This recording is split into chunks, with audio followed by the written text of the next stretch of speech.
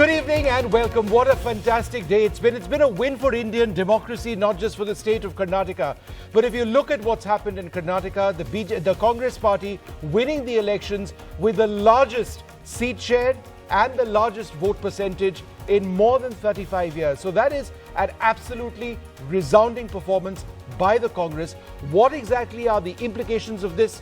Over the next couple of hours, the three of us are going to be bringing you the top newsmakers with a deep analysis of what this is all about.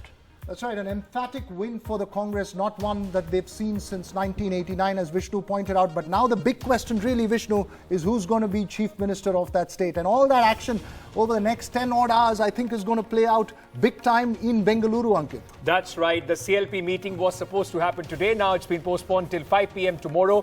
But once again, a show of unity as far as the Congress party is concerned. All their senior leaders are in the lead. Of course, Mr. Mallikarjun Kharge, and sitting on each side of him was Siddaramaiah and DK Shivkumar, the two contenders for the top job as far as the Congress party is concerned in the state of Karnataka. It's been an exciting, a hard-fought battle as far as the election goes.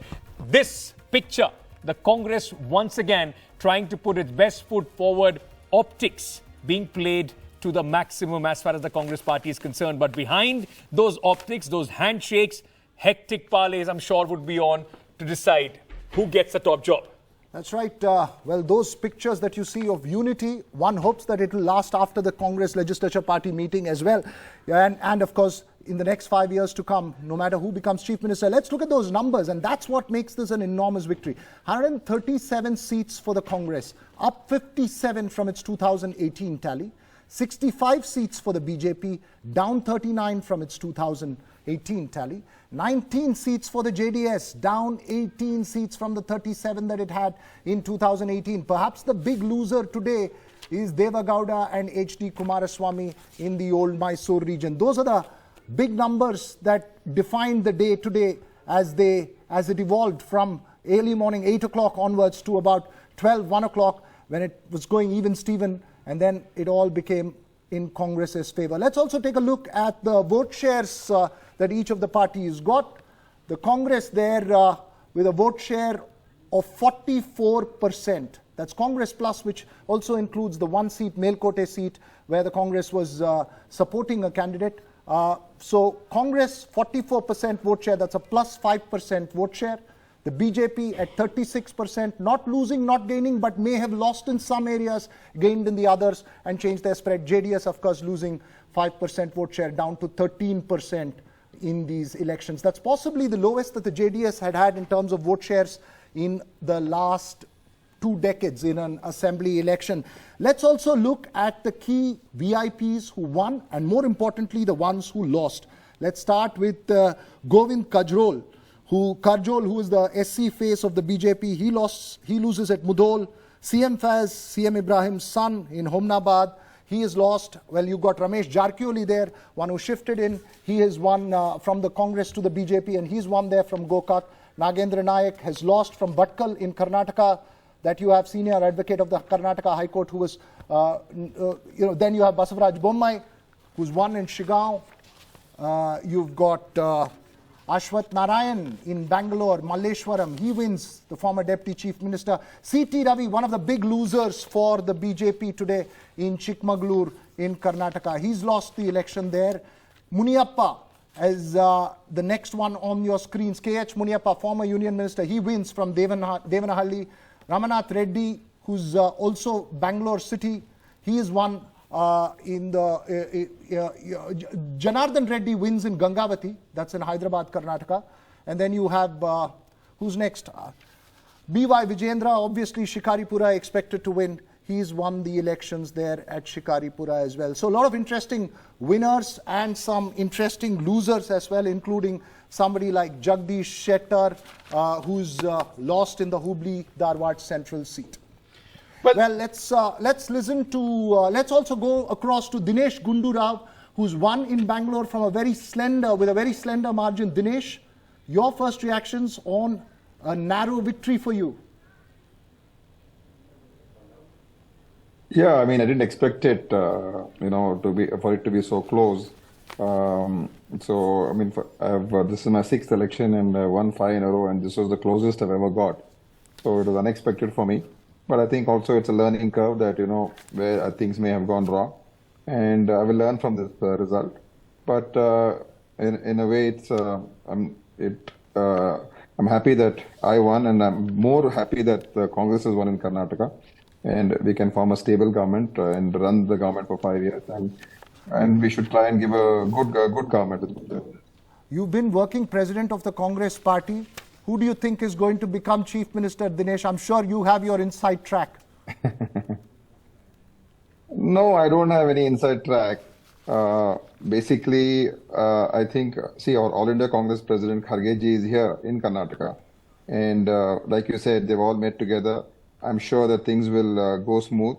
And under his leadership, of course, Rahul ji and Priyanka ji and everyone, I'm sure that things will be resolved. We've been working together for the last many years without, whatever may be in each one's individual ambitions. But our ultimate aim was to see that the Congress wins and the Congress comes to power in Karnataka for the sake of democracy, for the sake of the survival of democracy. And we realize Karnataka is one of the game-changing elections, and Congress really needs this win. And I think all have worked together. And I think post the results too, you will see that we will behave in a very mature manner and things will be sorted out, spoken, discussed and resolved. I do not see any complications. Right. And when are you having your Congress Legislature Party meeting? Tomorrow morning, we're told. Hello? Yeah? Your Congress Legislature Party meeting. Yeah, that will be tomorrow. So I think we will discuss all these issues. I think before the Legislature Party meeting happens, I feel that many of the issues will be discussed. And we should, I don't want, or we don't want the Congress to be seen as, taking time or dilly-dallying. And because the people have given us such a huge mandate, and we have to respect that. And they're hoping that Congress delivers on so many fronts. So I think we need to get down to business and perform well. And that sense of responsibility is there on every leader today. That Congress should do well in Karnataka, and it should also represent what the Congress can do to the entire country.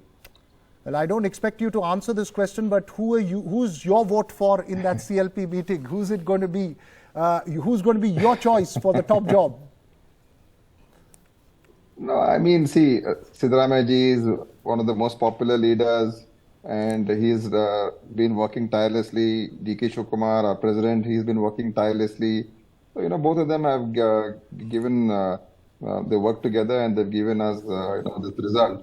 So, ultimately, I think let the High Command decide, and all of our MLAs also will all sit together and give our opinions. And I think it should go smoothly, but I would not want to mention who my choice is on national television. So, I'll just leave it at that. No, please do, sir. It would be terribly interesting if you did. But Dinesh, I'm sure you understand the intricacies. Dinesh, but tell us, has the talk of who's going to get what portfolio also started amongst all you MLAs and former ministers? You're all veteran congressmen. You know how the party dynamics works after victory and how it works before an election result is announced. No, I feel the first thing will be to decide who's going to be the CLP leader, who naturally will become the chief minister. So that thing, once that is decided, the expansion of the ministry and all that will take place. So I don't think any such issue has been discussed so far. And even if it's been discussed, I'm not aware of it. But I think that will only happen once we finish with the CLP meeting and elect our CLP leader. Subsequently, those decisions will be made and those issues will be discussed. Right. Thanks so much, Dinesh, for joining us here. Dinesh, of course, Vishnu had a very slender win today. I mean, must have had a lot of nervous moments through the day as the numbers were playing out. Absolutely. We're going to take a look right now and move on to the next set of graphics. And this is just to give our viewers an idea of some of the key factors. So what we're looking at now is the Muslim vote in the state. So seats with a 25% Muslim population. It's 10 to the Congress. As you might expect, the Congress would be ahead of the BJP and 7 to the BJP. So 17 seats in total. Remember, these are seats with a 25% Muslim population. If we take a look at, and this is important, the next set of graphics looks at rural, urban. And this is where the BJP has actually lost out considerably. Let's have the rural statistics out first, if we can. In rural seats, this is where some would suggest, and we'll discuss this with our panelists in a while, this is where the Congress has taken these elections. Those 62 leads and results right now, let's consider them results by and large, versus the BJP's 21.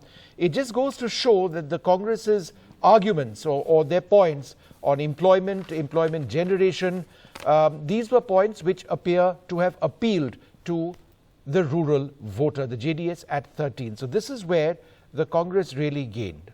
If we take a look at the urban breakup, this is where the BJP would have hoped to have done well. And as you can see that their performance has been considerably better than what their performance was in rural areas. They are one shorter than the Congress. So by itself, 25 may not necessarily be terribly bad, but considering the fact that the Congress has made a mark in urban areas as well, another area that the BJP was really looking to make a mark, you really have to wonder about how things fell short for the BJP here. Many thought that they would do well. Let's take a look now at the Bengaluru graphics as well, and this is just a snapshot of this very important the city of Bengaluru itself. The Congress underneath or beneath the BJP, and that's been a trend that we've seen throughout the day. In fact, the BJP was considerably ahead of the Congress through the day, but over a period of time, it's the Congress. We'll discuss the dynamics of Bengaluru. I mean, it's fascinating. What is it? Because the BJP has been pushing infrastructure. Bengaluru is starved of infrastructure. Was that a factor? Was that reasoning that actually appealed to voters, particularly professionals in the city of Bengaluru? All right, let's also at this moment introduce our guests in the studio for further analysis. We'll keep going back to these important data points which are coming in. It's interesting and fascinating to see how these victories are made, because they are never about just one or two factors. It's a combination of things that come together for a victory or a defeat for any political party. Let me very quickly introduce our guest in the studio first. We have Professor Chandan Gaura.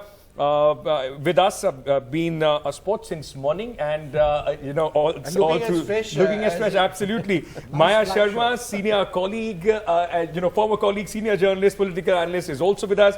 Sanjay Kumar, psephologist and professor CSDS, with us to give us the insight. Sugata Srinivas Raju, senior journalist, with us here. Geeta Bhatt, political analyst. We also have Dr. Manisha Priyam, political analyst, with us. And outside, Aishwarya Mahadev, Congress spokesperson, is also joining us at this moment. Anand Gurumurthy of the Bharatiya Janata Party and Imran Pasha of the JDS is also with us. Amitabh Tiwari also joining us in the studio at this moment. I welcome you all. Thank you. And I want to start by asking you, Mr. Pasha, while the Congress and the BJP are the talk of the town, the JDS at this moment, sir, how are things placed for your party? Is this the worst case scenario playing out for your party at this moment?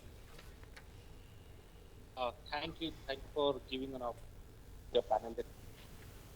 So before answering your question, I would like to quote a famous quote from Henry Ford: "Failure is the opportunity to begin again more intelligently."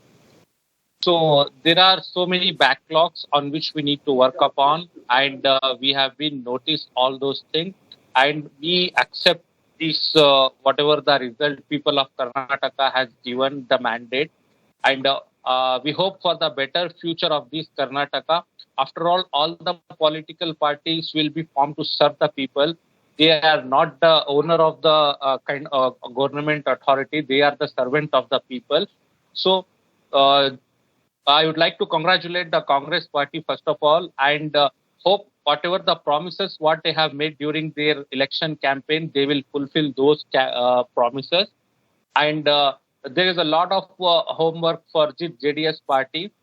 Being a regional party, we hope for the best result this time, but everything is depend after all, whatever the people decide, we have to go ahead for their decisions, and we will work and will come back more strong next time.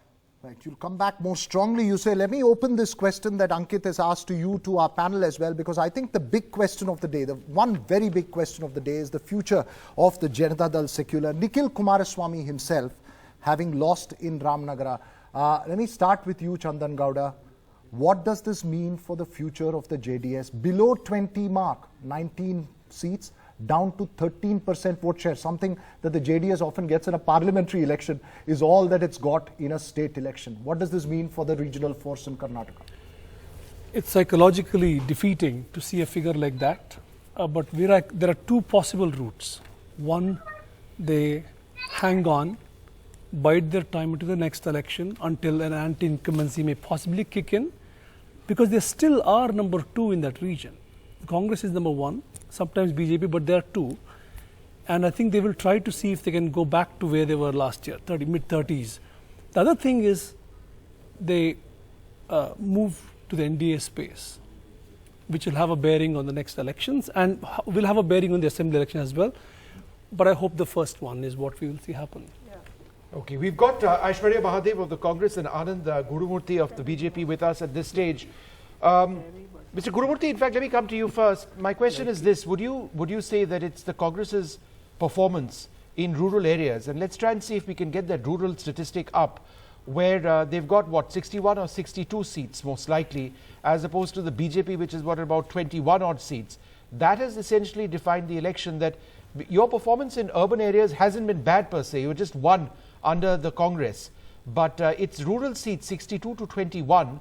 Which appears to have defeated you. Would you say that this is where you fell short, for whatever the reasons were?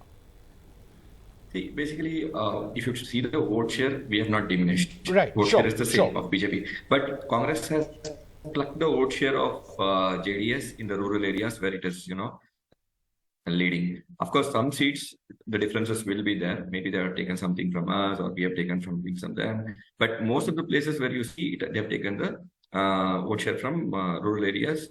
Now, the first thing is they gave a certain beneficiary schemes, which were, kind of a dream come true, and, they tried to tell that they are going to execute it, which according to us, mathematically and economically, it is not possible because it will make the state bankrupt. But yes, first of all, they sold that idea and they tried to, do that. Now they have to work on that and make it happen. Okay, so that is one thing which the BJP has started demanding, and I'm sure all the journalists will start demanding this, because something promised has to be given. Because Aam Aadmi Party, which had promised, is now struggling with the court, writing them off, so and all that has happened. How they okay, so that is one point. The second point is the Congress plays a very divisive politics. They try to, go on WhatsApp groups and say, okay, the Vakiliga will be the next Anand, the elections are over. We'll bring up the divisive politics of the Congress, alleged divisive politics for the next set of elections. But Aishwarya, would you like to respond to that one key point he said, where he said that if you implement the promises which you've made to rural voters, Karnataka might potentially go bankrupt? That's an important question.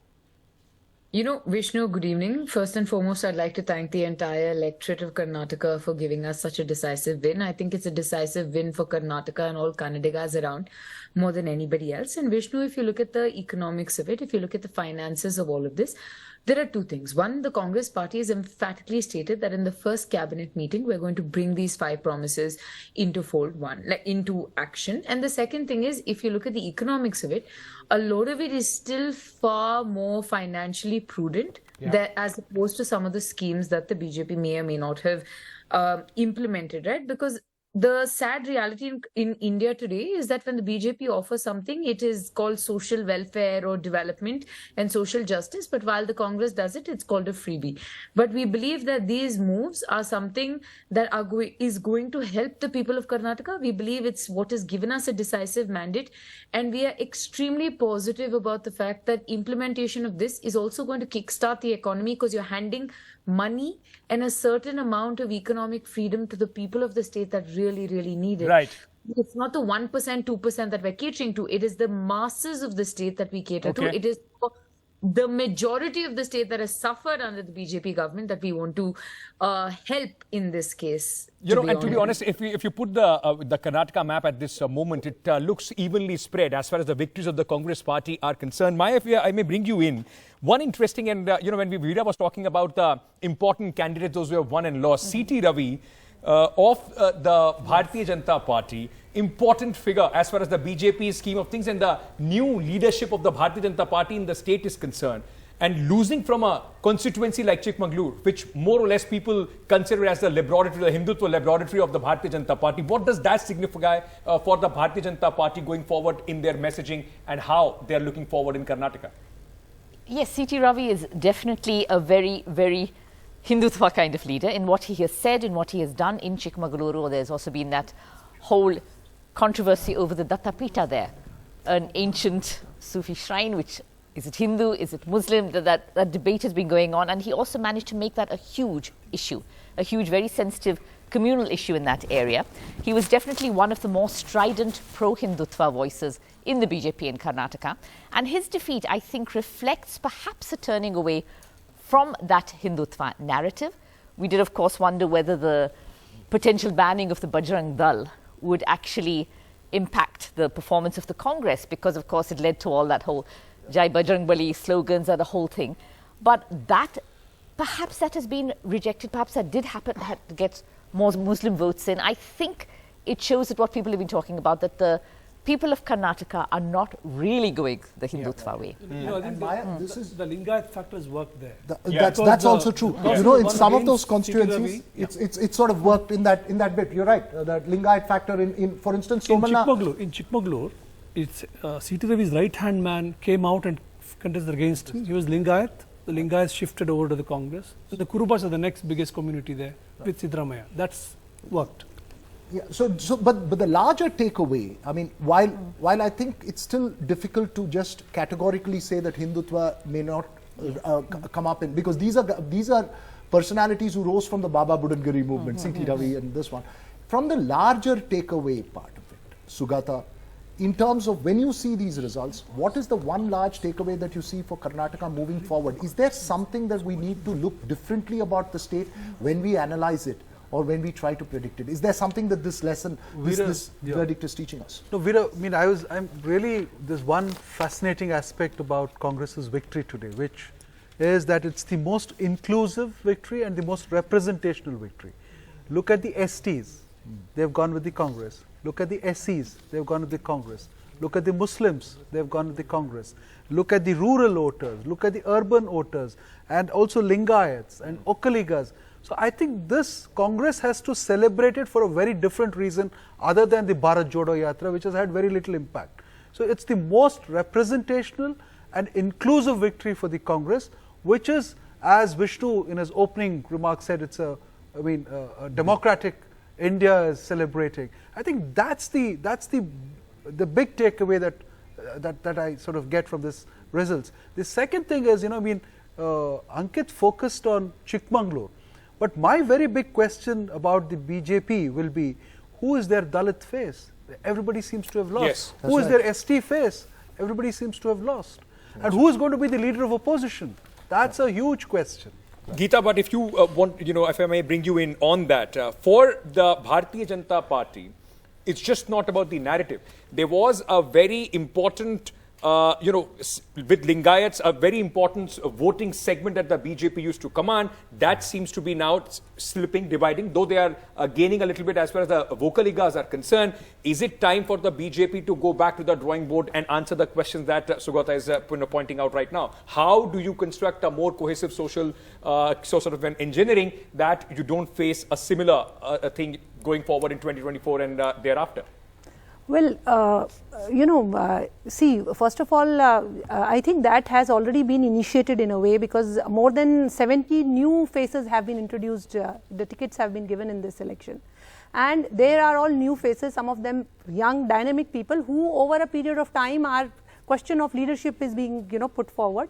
Over a period of time, these, new faces who have come in this election, they will be nurtured as leaders, in the coming time. And also, as far as this Hindutva question is being, put forward, I think we need to see that this is ideologically, this is something which, it is not that the people are, they do not identify themselves with this. There were other issues, you know, which were compelling, and they somehow took over the Hindutva issue. But considering that these people do not have a concern over it, I mean, we do remember that how, you know, in the KG Halli and HD Halli, how there were a police station which was burnt, and there were many such issues over, you know, some remark of some Congress MLA's relative had made a remark, and because of that, more than 2,000 people, you know, they had gathered and a police station was burnt. So these are issues which they cannot be sidelined, you know. But yes, and in this election, there were some other issues which they dominated over the issue of Hindutva. One small go ahead. Geeta-ji mentioned about new faces having been introduced and they'll take the party forward. Statistically, 75 new faces were introduced, only 11 have won. Only 11. Only 11 is a big number. Places where they didn't have sitting MLAs, in weak places. They lost last time, mostly of the seats. I understand this thing. Why do you introduce new faces? No, 75 includes the change of tickets to sitting MLAs. You introduce new faces because it's been a model that's been tested in Gujarat. The anti-incumbency at the local level, at the constituency level, is something that you buck over. Now, in elections, the proof is in the winning. How much of the anti-incumbency locally were you able to buck over by introducing these new faces? Number one. Number two, even the new faces like C.T. Ravi, fine that it was a Lingayat and the Kurubas that got together, but C.T. Ravi was the face of the Hindutva-led campaign in the old Mysuru region, an important Gowda leader. The BJP promised that they would have brand new, sparkling Gowda leadership that they would give to the old Mysuru region. Of that, I don't know how many have won. I mean, I've tracked quite a few. I don't know all the others. No, not too many of them have won. Okay, I just wanted to, Manisha, I just wanted to go across and bring our viewers that visual spread. Let's have that up in full frame if we can. On the left is 2018. As you can see, the BJP so much more dominant. You can see saffron across the state over there, the Congress in pockets, the JDS also in far larger pockets. But if you look at the right, I think visually the most striking aspect is the JDS, the Greens have really disappeared. And of course we've seen... In that area. Yeah, that's right. In South... in the old Mysore region where the bastion is, what you see is an entire green belt there. That's turned into a blue belt. And, you know, and blue all across. But also very interestingly, if you look at the west of Karnataka, and you can see, compare 2018 and 2023, again in the west you can see that the BJP is quite dominant in 2018. That is very much an area where they've done well. But here in 2023, the BJP has certainly won seats, but you can see the Congress winning a lot more. Amitabh, could you just tell us about the significance of the Congress getting into a part of the Hindutva heartland, as it were, in western and coastal Karnataka? So I think the orange part in the center largely is central and coastal Karnataka, which BJP had done well. This time the Hindutva card seems to have not played that well in coastal Karnataka, because one of the reasons could be that BJP had maxed out there, winning 19 out of 21 seats. But the greater thing is on the Bombay Karnataka region. If you see. The Bombay Karnataka region is a Lingayat belt where the BJP is losing. So BJP is losing Bombay Karnataka. Hyderabad, they had already lost last time to Congress, which was one of the strong areas. And they have also lost in central Karnataka. Bengaluru, they are leading, but they are leading just by a few seats. They're retaining what they got last time. Yeah, they are largely retaining what they got. Status quo. Yeah, so it's like status quo. So they won by 250. Let's at this moment also just bring out, before I go to Professor Sanjay Kumar, at this moment to understand, let's just put one set of data also out, and that will be interesting to have that conversation. Around that, we've been talking about all the various, regions as well, the bellwether seats, how they have gone and how they have worked as far as this entire election is concerned. Let's very quickly first talk about the Bangalore region.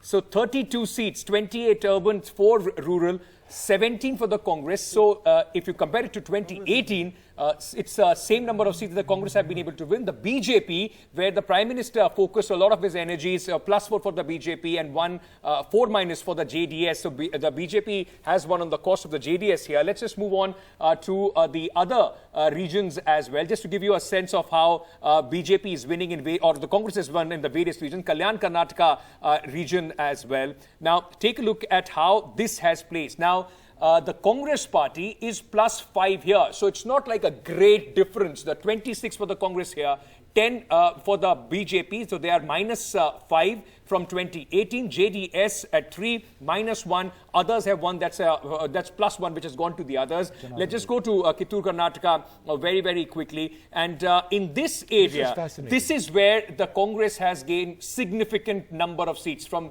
Congress 32, gaining 60 seats, 50% more seats than they won in 2018. The BJP 15, down 14, and JDS also down 1 seat. South Karnataka, let's very quickly put that out as well in the regions. The Congress here also dominating, 48 plus 28 seats. BJP dropping 13 seats at 13 at this moment. And this is where the JDS has had the maximum hit. 15 seats down, 9 JDS has won. And very quickly, also just turn it around in the West Karnataka region as well, to give our viewers a sense. This is the coastal area where the BJP has dropped 9 seats. They are at 17. Congress up 8 seats at 14 and JDS at 1. Largely, at this moment, and Professor Kumar, if I can very quickly bring you in, Karnataka is also going the bipolar way. Is it safe to say, with the way JDS has been squeezed out, Karnataka now is largely a battle between the Congress and the BJP going forward from here? If we look at this election, it seems that it was a bipolar contest, because if you look at the vote percentages polled by these two parties, BJP has polled 36% vote and Congress has got roughly about 43. So if you club the votes of the two parties, they are taking a very large chunk of the vote. And JDS is... I've just interrupted you now because we've got Veerappa Moily who joins us at this stage, and I believe he's in a huge hurry and has to go. Mr. Moily, thanks very much for being with us. A fairly resounding performance of the Congress party. We were going through all of these data points, and I think there are 2 data points which really strike. First, the rural voter, where the Congress party has done really well. And secondly, making inroads into areas in coastal Karnataka where the BJP has had its stronghold. So would you say that these are a couple of the important regions where the Congress has done well? To be very frank with you, traditionally these areas belong to Congress party. In my memory, last 55 years in the Congress party, where I have played a very crucial and major role in selection of candidates and also for getting success. We used to get, for example, Dakshin Kannada and Udupi district put together. We used to take 100% seats, 15 out of 15 seats. Not once. I think it happened more than 4 or 5 times. Sure. So it is question of strategy. That if you strategize properly, Congress will get back these areas also. Okay. And this time, the North Kerala area, which is also again a coastal belt, that we strategized well, and that is how we got more seats. Mr. Moily, I must ask you, looking at the larger picture now, I think it's fair to say that on the basis of these elections, when 2024 comes, you will have a real fight in Karnataka. Perhaps you would be favored to win Karnataka in terms of the number of seats at the general election level. But do you believe that Karnataka alone has given the Congress an impetus looking ahead at 2024 beyond Karnataka as well? Yeah, it is definitely, these days, of course, we used to get the criticism from all quarters that, Congress is sinking. This has gone into the psyche of the congressmen because it has demoralized them all over the country. I'm referring to all over the country. And Congress can definitely make a comeback. Not only in Karnataka, in many other states where we are going to have elections, either in Rajasthan, of course, we will get back, Madhya Pradesh. That, of course, is an entirely different story, sir. Yeah. So, the chief ministerial candidate, and I'm sure, Mr. Moily, you would have known that I was going to ask you that. I didn't ask you that as the first question. I'm asking you as third. I'm being nice to you, sir. So give me a direct answer. Who is going to be the chief minister of Karnataka? You know very well. Even though I know it very well. Oh, you do? I can't say that because. All right. So it's decided, sir? Involved in the national Congress. I expect that, but has it been decided? Can you confirm to us that the chief ministerial candidate for the Congress in Karnataka has been decided, yes or no? No, it has not been decided. But sir, you just said that you know. I know because I know the mood of the people, you know. I also know what is going to happen. You know, this much if I don't know. So, sir, you know the mood of the people, you know what you know, and yet it has not been officially decided. Sir, which one of these three is correct, sir? No, it is not, because there is a process involved. Tomorrow they have convened the meeting of the CLP. Suppose a leader like me start telling that, you know, he will be the leader. Then okay, I understand, and I will only probe you for one or two more questions on this. Would it be fair for us to report that a decision has been made? No, it is not fair. That, you know, decision has not been made. It is only a conjecture that people do make. So, Mr. Moily, you've been a Congress troubleshooter many times. You've been the man who's been observer for several Congress legislature party meetings. Let me ask you this directly. Is Mr. Kharge still a candidate for chief ministership, or you don't think so? Can you rule that out at least? Or I don't think so. You don't think? Can I then ask you a subsequent question? It's an important point he's making. Yeah, he's saying true. Kharge is not a candidate for chief minister. So can I just ask you, sir, a subsequent question on that? So then is the chief ministership only going to be decided between Mrs. Siddaramaiah and DK Shivkumar, or can there be a dark horse as well? There can be a dark horse. But, you know, the prominent faces are... Mr. Moily, you may as well tell us now, sir. You've given us so many hints now. Why stop there, sir? But look, Mr. Moily, it is a resounding win for the Congress party. Just one more point. I think it was Priyanka Gandhi Vadra who tweeted, or the Congress party perhaps tweeted, that in all of the areas where the Bharat Jodo Yatra went through Karnataka, 75% or more of those seats you've actually won.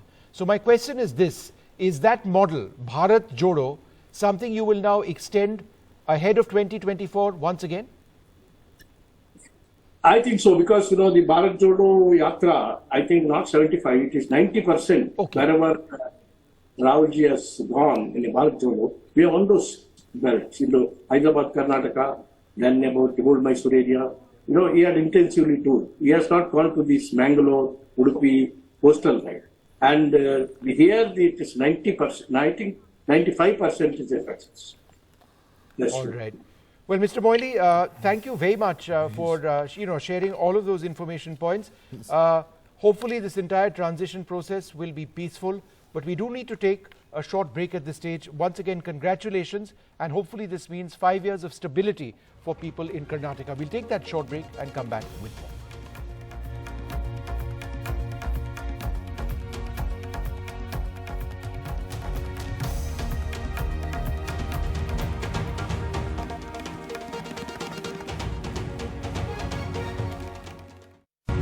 And the question, and the winner has been answered by Karnataka, but the question, who is the chief minister, who is going to be the chief minister of Karnataka, that the Congress party at this moment is pondering about. Tomorrow at 5 p.m. is the CLP meeting. Interesting that Mr. Moily, just before going into the break, he said it has already been decided, then came down and said at least Mr. Kharge is not there in that race. Important how things play out as far as the Congress party is concerned, Veera. Now all eyes would be on the CM chair. That's right. All eyes on the CM chair. I think what Mr. Moily meant is that he doesn't think so. He said he got the pulse of the people, and perhaps with his experience, he was just trying to indicate what was there. But I think apart from that CM question, which I think we'll get an answer only tomorrow evening or after the CLP meeting is over, I think the bigger question for today, and perhaps one for the BJP, is who is responsible for what the party's performance today, because there were two factions in the BJP. One was the central leadership, which was dictating shots, and the other was the state leadership. So Manisha Priyam, my question to you is really this simple. Who in the BJP should take the blame for the performance the party has had today? I know I've been given this question. I have a very clear answer. I'm going to give the answer first and not hedge around even one bit about this. So certainly as far as the anti-incumbency of the government is concerned, it is the outgoing Chief Minister, Basavaraj Bommai, who's to be blamed for that. For the party and organizational affairs and the ticket distribution, from what I've gleaned through the newspapers, I learned that it is Mr. B.L. Santosh. Now, so these are the two names. Now, I would give the credit to the Prime Minister saying that towards the end, that campaign, whoever says whatever, it energized the BJP campaign. The vote share in the old Mysuru region has increased, even if seats have not been won. The JDS has been disseminated. Now, for having answered that hard question, I'm going to ask for one little, liberty, and which is to say that the real losers today are not the BJP, but the JDS. And I think if we ask the question, who takes the blame for what has happened to the JDS, I think we won't be able to find names. We will name family disputes. We may name who led the party. Dev Gowda came out at 90 and campaigned. I believe, when I've gathered, that he went through a dialysis every day almost and still went out and campaigned. So I think there are difficult questions to be asked, especially from those who've just not lost but even been disseminated in their own I get the JDS question, and it's an important one. Sanjay Kumar, I want to take the BJP question to you. Your opinion polls, you've gone through the data. What do you think was the crucial factor, the factor that resulted in the BJP's dismal performance today? And who's to take the blame for it? Who is to be blamed for this defeat of the BJP? I would also agree with what Manisha has already said. It is the poor rating of the Chief Minister. We did the survey. We got in the survey, the ratings of the sitting Chief Minister was extremely poor. And I have never seen such bad rating of a sitting Chief Minister. So CM turned out to be a liability for the party, and connected to that was the charges of corruption. So I think this turned out to be to create a narrative against the BJP in the entire state, that this is a government which is a bad government being run badly by a chief minister who is not capable of running the government, corruption. So all this centered around the personality called the Chief Minister Bommai. So I think the blame of the BJP's defeat, in my opinion, goes to Bommai. And I also cited the data because his ratings were very bad when we did the pre-poll survey. Maya, may I bring you in on this only? Poor Bommai is being blamed for this defeat at this moment. The man who got a lot of these issues as legacy as well, and he came out at a time when it was a very difficult time for the Bharatiya Janata Party with a tarry figure like Yediyurappa. The way he was taken out of the equation, is it fair in that sense to put the entire blame on Mr. Bommai, because there has been factionalism? The BJP has lost its core vote as well. Should the party go back, thinking about how they treated Mr. Yediyurappa and the impact it has had as far as the Lingayats are concerned? Well, Basavaraj Bommai, of course, was brought in as a Lingayats replacement for the outgoing Lingayats Chief Minister, B.S. Yediyurappa. Was his performance as expected? Well, I think also with his background, Basavaraj Bommai, the son of S.R. Bommai, coming from that JDS background, in some of his statements, he became so pro-Hindutva, if I could say that. It may not have sat comfortably with who he was internally. It's sometimes the feeling I get, that he was more right-wing, maybe more, well, even when he talked about the hijab, when he talked about different issues, when he talked about communal harmony, when he talked about the cow slaughter, different things, I felt he was doing what was expected of him and not what necessarily he believed in. And with that dissonance, I think a low performance comes Maya, in. what about Yediyurappa? What about Yediyurappa, Sugata?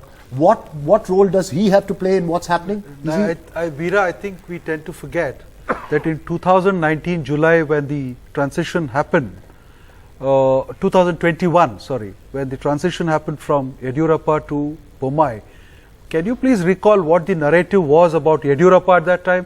It was exactly the same. Very corrupt, family intervention, making a lot of money. You should have seen the local channels play up the whole thing. So, we tend to now retrospectively say that he was better and this fellow, this fellow was also picked by a faction of the central leadership and with the consent of Yediyurappa. And Yediyurappa was already 80. You know, I mean, the BJP hardly had any choice. So they had to pick somebody, they picked this man. And this man did horribly. You know, I mean, horrible is probably not the phrase. You know, you have to probably look at most civilized kind of phrases to. I just wanted to go across to Sugata is Boma was not free to be whoever he was. He had to play the RSS lobby as well as the Boma without a lobby. mandate. If somebody is picked like that without a mandate. But he also carried the legacy of anti-incumbency of the Yediyurappa government. Yeah. So if the government was unpopular, it was not as if Yediyurappa's government was. No, he was brought in as a corrective. And did he correct anything? No. See, he was for the longest period kept as a night watchman.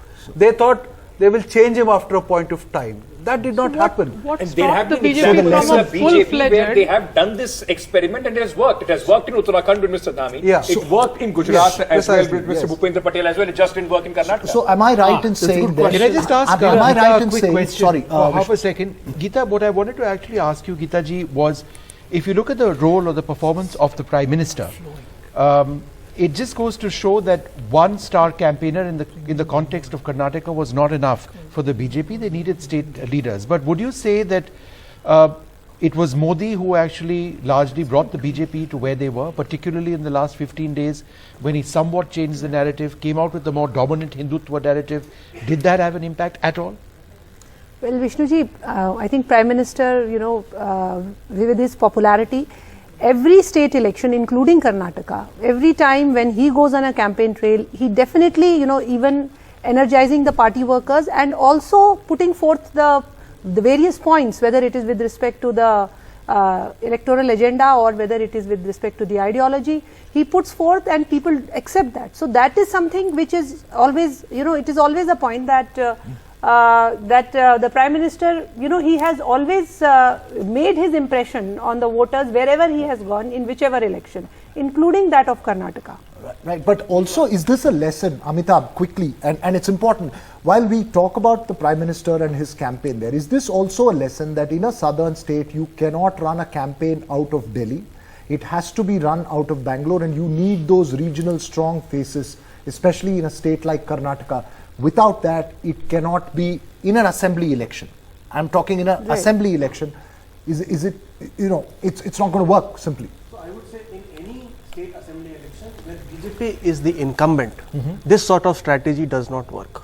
The strong lead, if the leader is not strong, Modi can come in the last moment, do some heavy lifting, but cannot cross it. So only 7% of the people or voters voted in the name of PM Modi in Karnataka. But 19% of BJP voters have voted in the name of PM Modi. So he has done some heavy lifting in the end, but was not able to negate the anti-incumbency of the current government. No, this has to be said. Yeah. Yediyurappa did not do Hindutva talk. And Bommai comes and starts doing all of that, the textbook revisions, the hijab, the azan, the meat, all of that happens after Bommai steps in. And he is there because he allows for all that politics to happen. Yediyurappa was assertive. Absolutely. He didn't let that lobby I think then what is the name of it? After 10 months, he drops it like a hot potato and he does not want to talk about it. So also because that is something when every time Mr. Yediyurappa was asked this question, he said these are non-issues. It is about the way the government works and what we bring to the people. That's also, at this moment, is also being seen as a shift as far as the BJP's thought process, ideological bent and the way they want to move forward in Karnataka is concerned. Very quickly, Aishwarya Mahadev, I want to come to you. You are the winner today, though we were talking about a lot as far as the who to blame. Who does the Congress party? Because every time the Congress loses an election, BJP has more than 2 cents to give on who the Congress should be holding responsible for their defeat. What, as a winner today, who do you think in the BJP did not work? What did not work for the Bharatiya Janata Party? Any pearls of wisdom for your competitors? Ankit, I think the Congress has always been very gracious and very magnanimous that we will not pin blame on another party's personnel or office bearers or any of their leaders. We believe that this was the mandate of the people. We accept it. We're very, very happy. We're very excited. It's also a deep sense of responsibility that we have to serve the people of Karnataka that have suffered a lot. But I am not going to apportion blame to anybody. I think everybody tried to salvage what was a sinking ship in Karnataka, whether it's Mr. Yediyurappa, whether it's Mr. Bommai, because you also forget what Mr. Bommai inherited when he came to power. Some of you have also mentioned it. I just believe that this is a mandate that is pro-people, that is pro-issues, that is pro-progress, because we basically want to have the opportunity to serve the people of Karnataka, which has not happened for the past couple of years. And I'm not at this moment going to apportion blame or sit and point fingers at anybody. I think the IT cell chief of the BJP has done enough of that all through the day, so I will give that. All right, Aishwarya, that's terribly gracious of you. We will leave it at that for the moment, and we're going to be back at 9 o'clock, and we're going to continue with these trends. Ankit is going to talk us through the important flip seats. I think that's something that we need to look at. What exactly defines a flip seat, and a lot more. That's coming up. Do stay tuned. The Congress coming out trumps as far as these elections are concerned, 137 to 65. And again, the way I started this part of our programming, it probably means stability for people in Karnataka. That is so very critical.